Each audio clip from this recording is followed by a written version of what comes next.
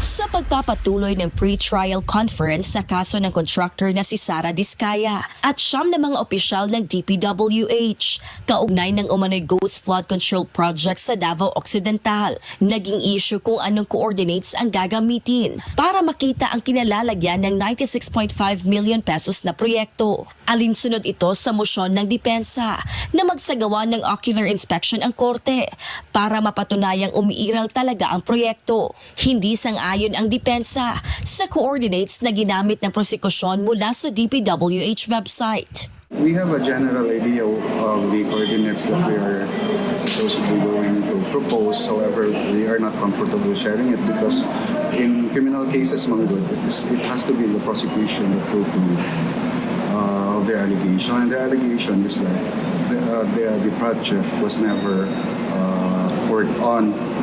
So it is incumbent upon them to present the exact location where they went without us assisting them.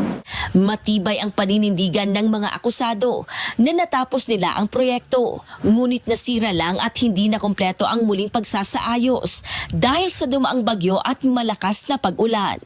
First, our position is the project was completed. Okay? The problem was because of typhoons and torrential rains,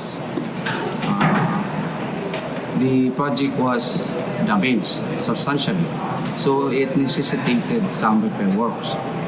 The repair works were somehow derailed because of political conditions in the area. Samantala, haharap na sa paglilitis si Diskaya at ang siyam mga akusado simula April 7. 18 testigo ang ipipresenta ng prosekusyon upang patunayan ang kanilang kaso. Batay sa inisyal na kalendaryo ng korte, tatakbo ang paglilitis hanggang sa buwan ng Setyembre. Gladys Tuwabi, UNTV News and Rescue. Diyos ang aming sandigan, serbisyo publiko ang aming pinahahalagahan.